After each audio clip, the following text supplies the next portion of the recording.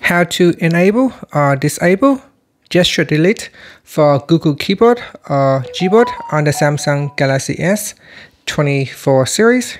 First, tap on the home button to go back to the home screen. From the home screen, swipe down at the top, then tap on the settings icon. Next, in settings, we scroll down and then tap on general management. Next, tap on Gboard settings or tap on keyboard list in default. Then tap on Gboard. Next in here, tap on glide typing.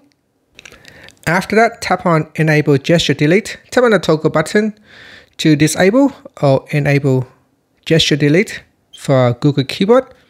Like you can see here, if I swipe from the left on the backspace key here or the delete key, it will allow me to quickly delete a word, or I can delete the whole sentence by doing this.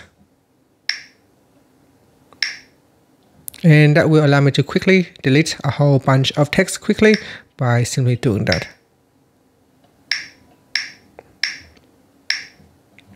And that's it. So that is how you can quickly delete text by using the backspace key here on the Samsung Galaxy S24 series. Thank you for watching this video. Please like and subscribe to my channel for more videos.